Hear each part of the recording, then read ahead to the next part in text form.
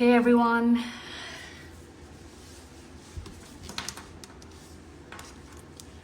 Hey everyone. Happy Thursday.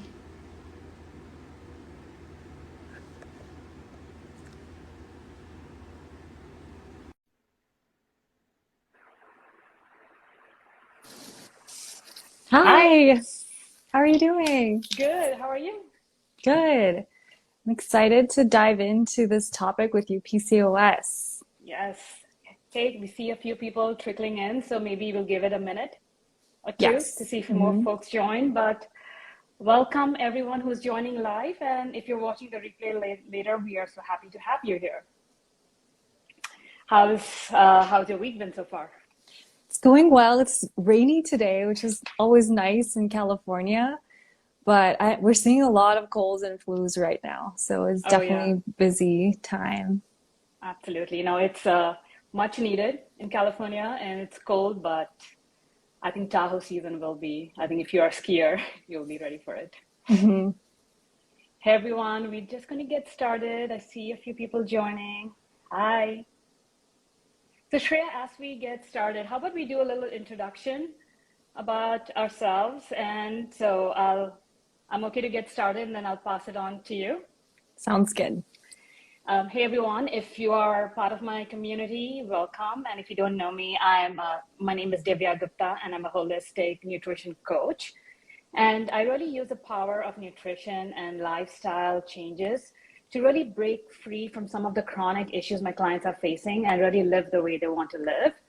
And I'm so excited to be joined by Dr. Shreya Soni. She's a naturopathic doctor. I'll let her do her own intro, but so excited to have you here. Yes, and some of my background, PCOS is what drew me to this profession in the first place. Mm-hmm. So I'll just dive into that. Let's do it. I used to deal with cystic acne as a teenager, and I was definitely in and out of PCP, dermatologist, different doctors' offices, and Mm-hmm. we tried things like acid on the face, Wow. benzoyl peroxide, glycolic acid, Mm-hmm. retin-A, Mm-hmm. develop reactions to all of those.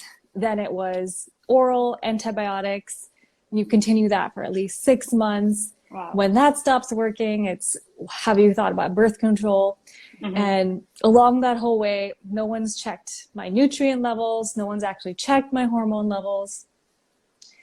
That's And then you also have everyone kind of jumping in your friends and family saying, hey, why don't you try this herbal drink or that herbal drink? Like, are you washing your face? When really none of those are why someone is mm-hmm. dealing with PCOS. It's really individual. It's about Right. figuring out even which type of PCOS you have. There's so Mm-hmm. many different types of PCOS. Some Mm-hmm. are because of blood sugar regulation, others are because of sex hormones, Mm-hmm. others are because of inflammation, others could be environmental toxins, and there's another type that's related to stress and adrenal Uh, function. So wow. you have to figure out what it is for that person. Mm-hmm. Diet is another big one Right. you're gonna chat about, Right. and then you can come to a long-term solution or cure for PCOS. Mm-hmm. Yeah, so it's a spectrum condition. You could just be in the very early phase of maybe you're just having acne, one of those Mm-hmm. 6 symptoms. So what are some symptoms and signs of PCOS?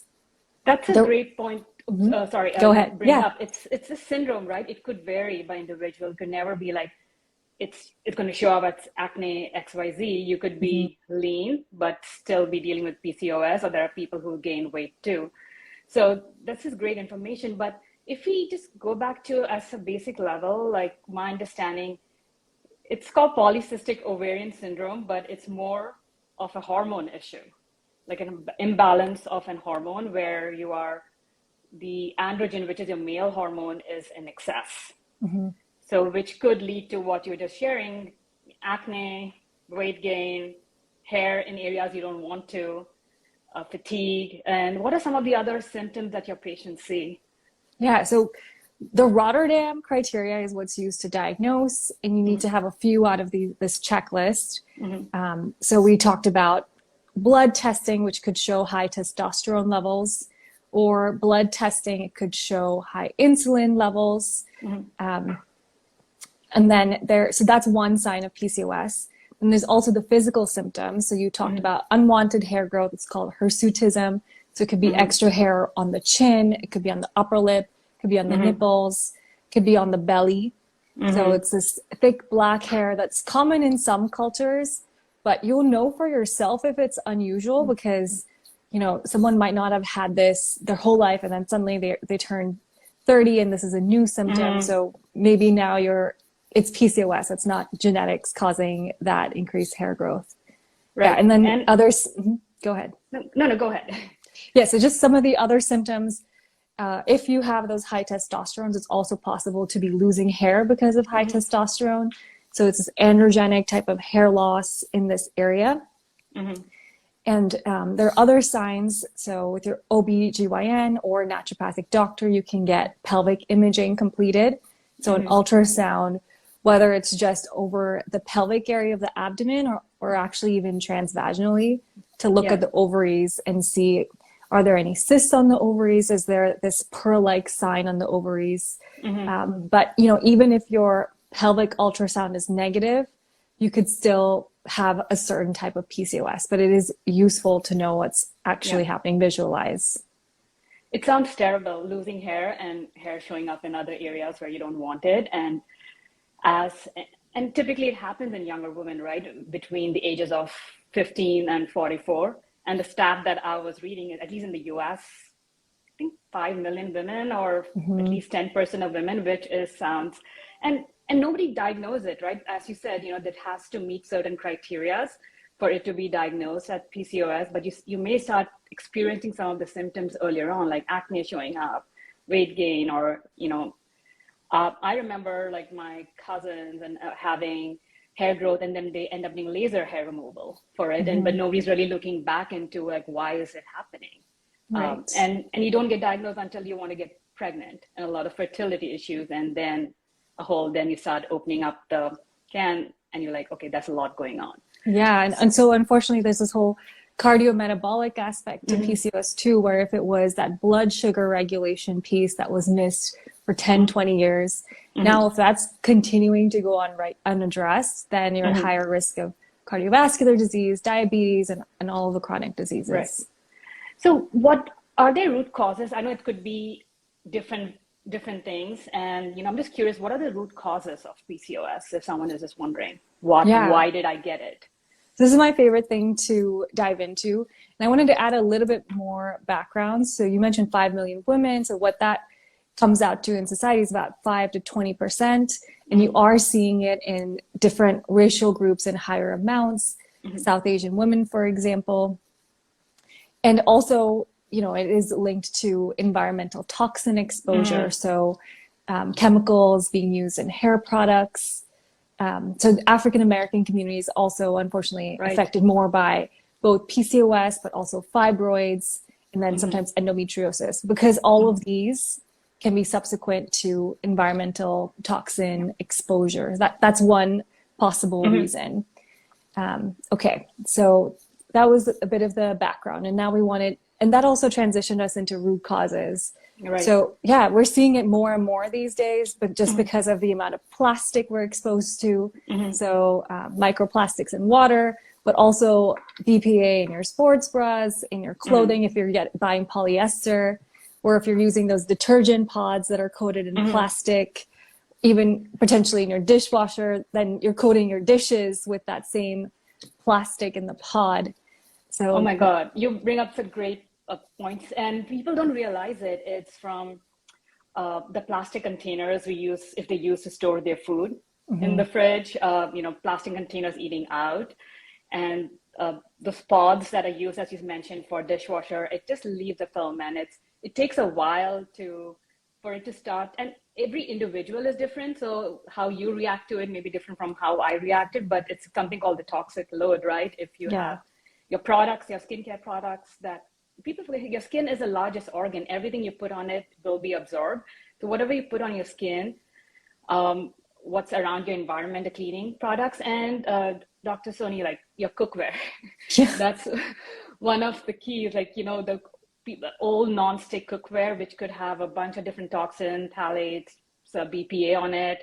So really looking at what you're using, and the toxin is a big contributor to getting PCOS. And one of the other area, I'm just curious about your thoughts on it, is genetics. Because some people will be like, oh, it's, my so-and-so has had it, it's in my genes, my family has it. So what are your thoughts there? So PCOS has been around since even the beginning of medicine. Hippocrates talked about it. So it's always been in the genes. And in fact, it was advantageous back in the day because, you could still get pregnant. It just meant fewer pregnancies. And then potentially, because there were fewer pregnancies, you had more time capability to take care of those kids that you had. So it survived in the gene pool for quite a while. And back in the day, that type of, insulin picture may have been helpful if there was periodic fasting periods. So the periodic fasting occurring, maybe because of lack of resources back at the beginning of the early days of civilization, that would have led to a PCOS type of genotype surviving and potentially even doing better than other genotypes. So yes, there is a genetic component, but then there's also the whole field of epigenetics, which we know plays an even a more important part than the genes that you're born with. They've shown 2 rats with the exact same genome phenotypically appear completely different. One could be obese just based on the microbiome, so the gut bacteria. Genes are an opportunity too. I think to your point, I think they've done studies on twins, same genes, but one of them could get PCOS and the other doesn't. And to the field of epigenetics, those genes that we have, they need to be turned on.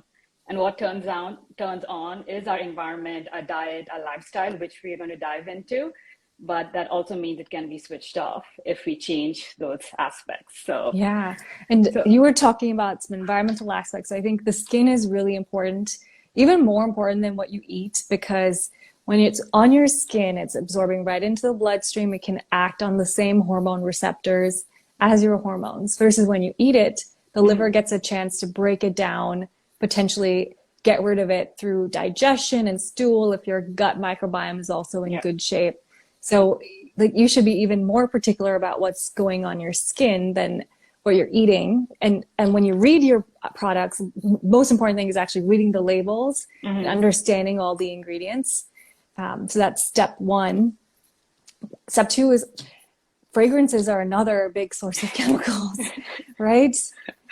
There's artificial fragrances, burning candles that are plastic, which is burning plastic in the home, or using those plug-in air fresheners. It's all chemicals. It's not good for your hormones. February, sometimes I get in an Uber and they have those, I don't even know what they're called, those air fresheners. And I'm like, please, can you put it in or open the windows? Because I could immediately have a reaction. Like it just seems so strong. So great. We then don't realize everyone wants good smelling products. And I remember back in the day, if you go to, I hardly go to the mall now, but if you walk by Bath and Body Works, it's just, I think to the point that you're talking about artificial fragrances, we breathe it in. It's in the environment. It's hard to control, but what we can control is what we are doing around us at our homes, at work. And these big brands, they have a huge opportunity to change if more and more people speak up, especially the food brands. In Europe, they have a different version of the same product for Skittles. That's not going to have the food additives because they're more picky in the EU. We let all kinds of imports here in the US, toxic food supply, and the EU often won't let our same products get imported into their countries because they know it's not good. It's not good for your hormones. They don't want to pay the chronic disease cost.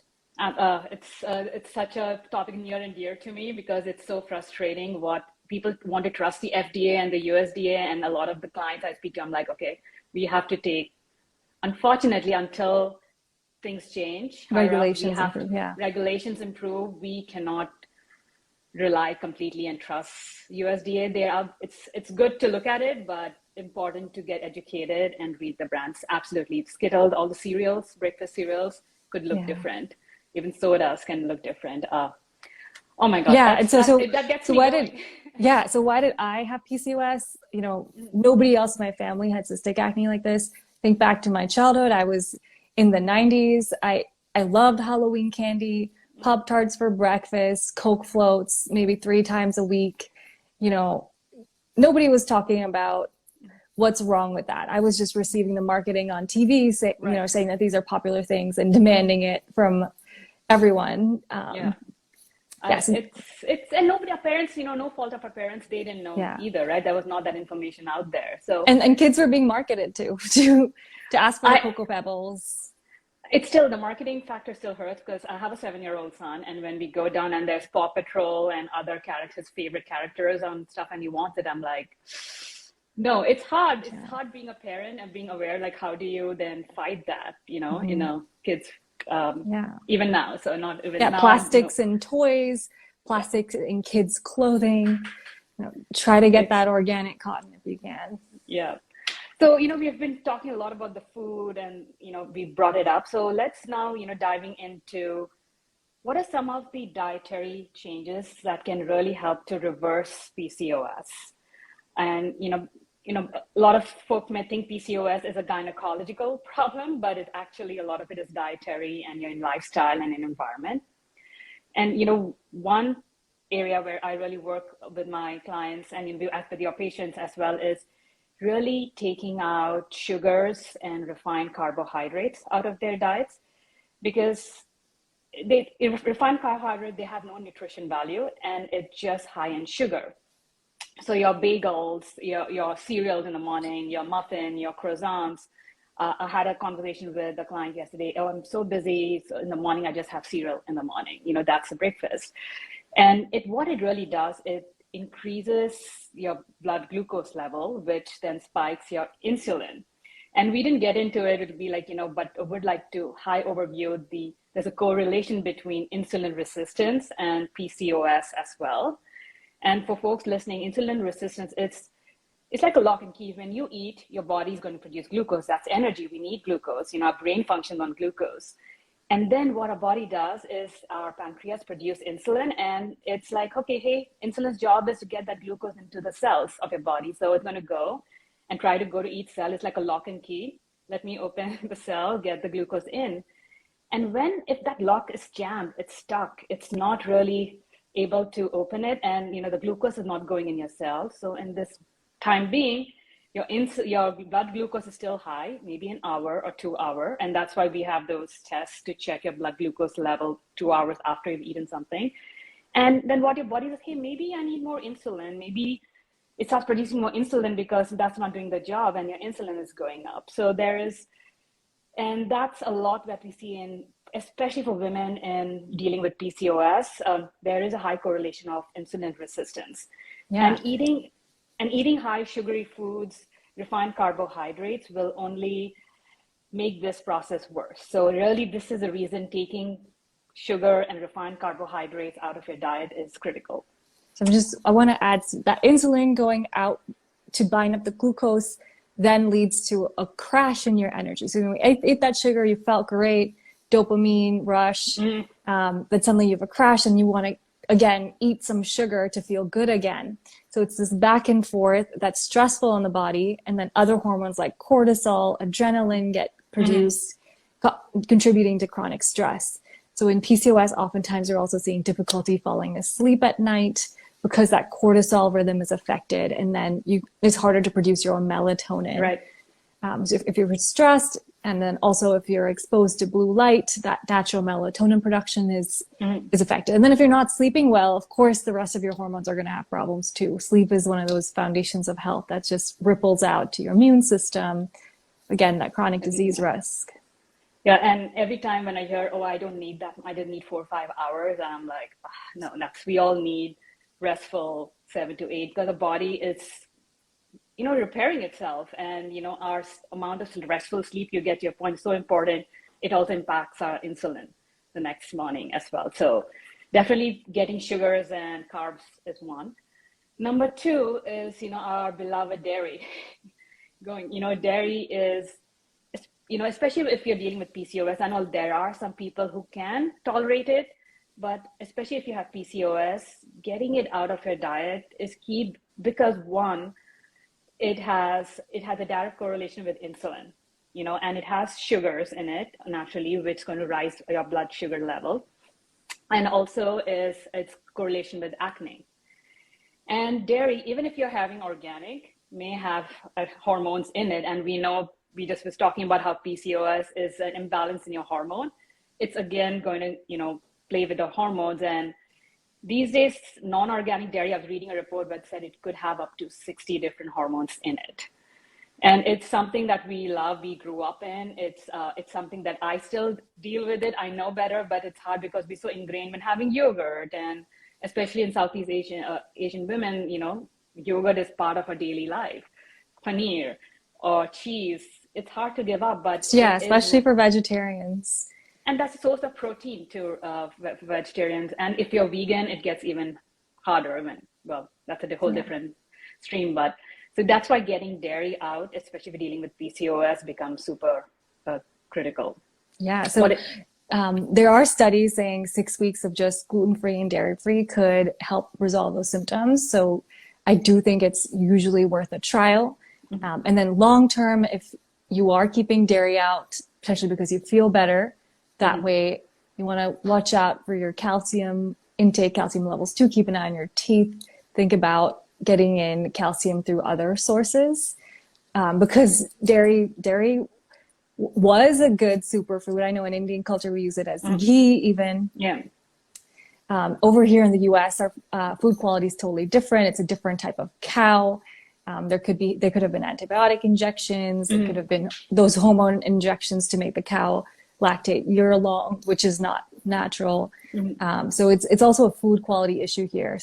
It's possible people handle it better when it's sourced from other countries, but definitely worth that trial of, hey, 6 weeks off, do all of your symptoms get better? Maybe you don't need a supplement, you just need to remove this allergenic food from your diet. Yeah. But after that trial, if there are some people who get enough time for their gut lining to get strong, and then in small amounts, they might be able to tolerate dairy occasionally. So it's not, don't see it as a forever thing. It's just giving your gut lining a chance to heal. Yeah. And absolutely, it's not forever. Take it out, see how you feel, and then make the decision of how do you add it back in your diet in smaller quantities or what you can tolerate. And the other is, I know, is limiting really alcohol and caffeine during this time as you are trying to reverse your PCOS, is because it puts a lot of stress on your liver, because liver is your organ that gets rid of toxin, hormone clearance. It does a lot for you. And we just want to make sure at this point, when you are trying to reverse PCOS, getting the sugars, carbs, gluten, dairy, as Dr. Shreya mentioned, and even limiting, avoiding, if you can, completely caffeine and alcohol will really help you get on the path of reversing some of your symptoms, of getting your insulin back to where it's supposed to, normal range, to probably seeing acne clearing up, the hair growth. It takes time. It's no magic bullet. Do this for 2 weeks and it'll clear up. But it's really building on these habits would really benefit. Yeah, so people talk about root causes. Liver is a big one. You want to support your liver with what it's great at doing, which is detox. And so first thing you do is you remove those obstacles to healing. And second thing, you could add more foods that even help the liver function well. Perhaps you're adding in more cruciferous vegetables, well cooked. Maybe it's a dandelion tea or beet juice. What's your favorite liver supportive food? I love cauliflower. I just had it last night, and I think broccoli, cauliflower, Brussels sprouts, it's in season as well. So really eating in season, I love those vegetables. It's like staple every other day.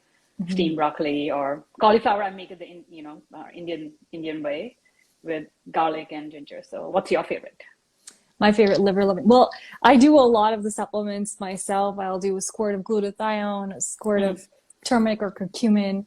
So I make a dairy-free chai in the mornings where I will have in all the herbs and spices. I put in cardamom, I put in ginger, I put in cinnamon. And then I recently bought some arjuna bark, licorice. So I just have fun with my chai, and still dairy free. The brand of oat or almond milk matters. But that's how I start my day. And I think you have a favorite routine where I know you do the lemon water in the mornings. Yeah, the first thing in the morning is my hot water and lemon. nothing. Even if I travel, I carry lemons with me, or because I don't want to depend on, if lemon is available where I go. So hot water and lemon first thing in the morning. I have my green smoothie, which is just greens, celery, cucumber.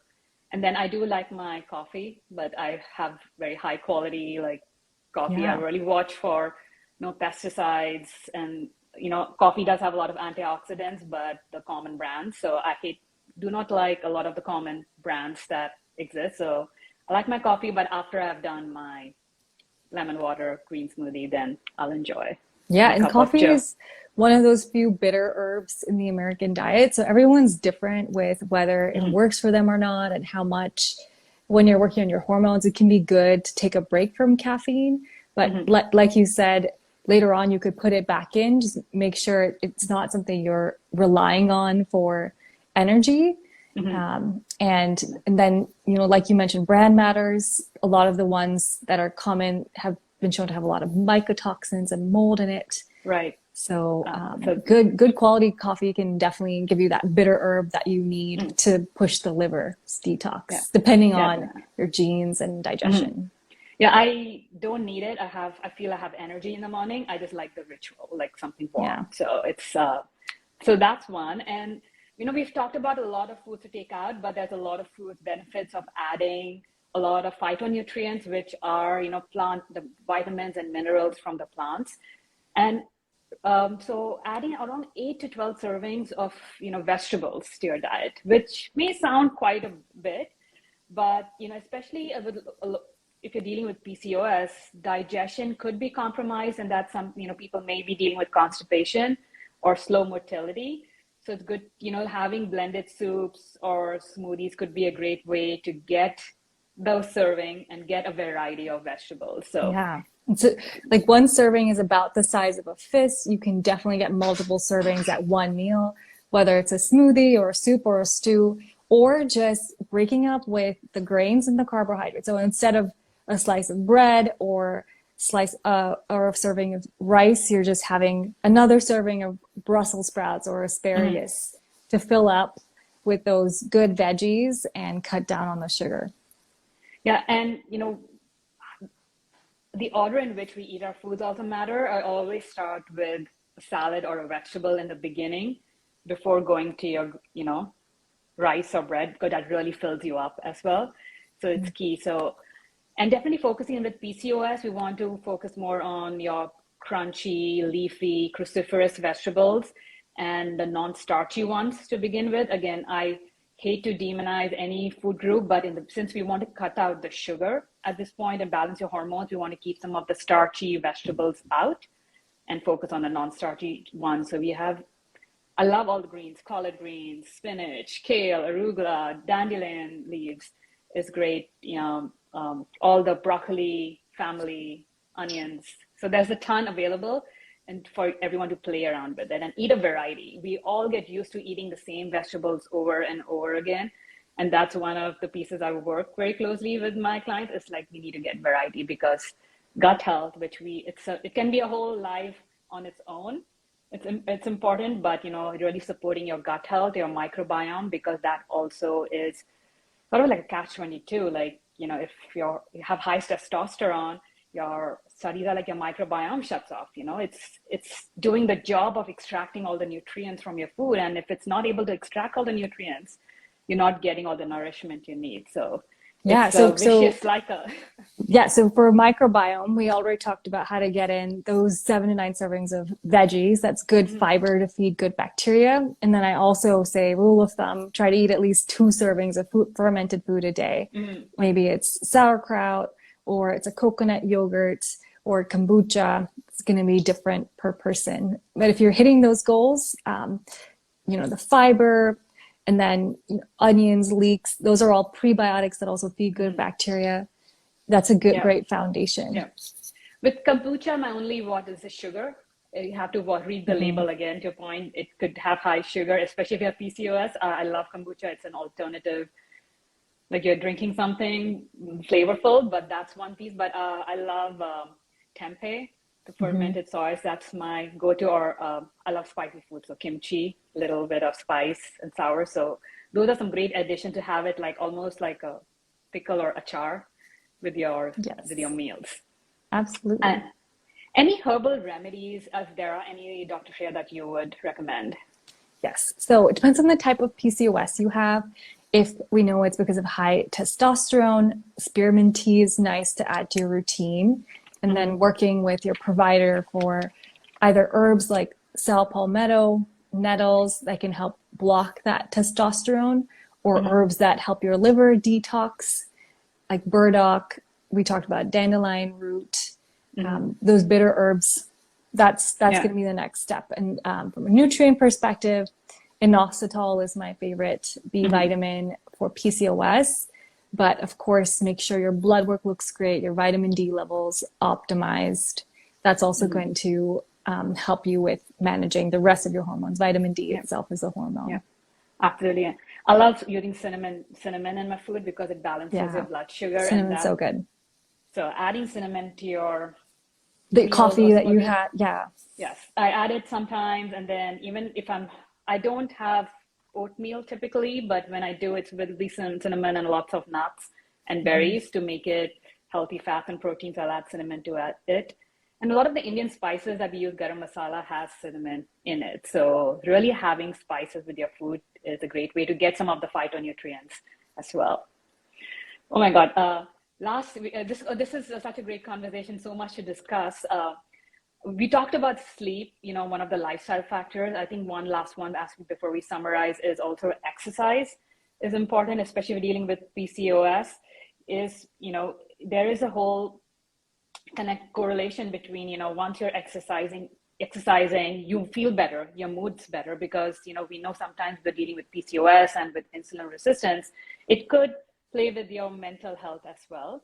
So exercise helps with that. And also with insulin, better insulin, you use up the glucose, and strength training is important. But again, meeting where the patient is, if you're not used to doing a lot of strength exercises, starting slow, but staying consistent. So, exactly. Yeah. I call it movement. What does movement look like for you? So depending on the phase of your cycle and what's going on with the hormones, I think before ovulation, you can get away with some of those higher intensity workouts or cardio. After ovulation, if you're dealing with low progesterone, you don't want high intensity workouts to cause the cortisol surges, the stealing of progesterone. So it's going to be more yin, nourishing types of activities like yoga, walks, dance. Movement's going to look different for everybody. More important than movement is sweating. You don't even need to move to sweat. Maybe you just go sit in the sauna. And through sweat, you'll get out mold, heavy metals, even plastics. No, that's a great tip. Like, infrared saunas I've been hearing about it, but that's one great way. Or steam, if you can get a steam shower installed, good. Little expensive, but it could, in the long run, pay for it. Oh, awesome.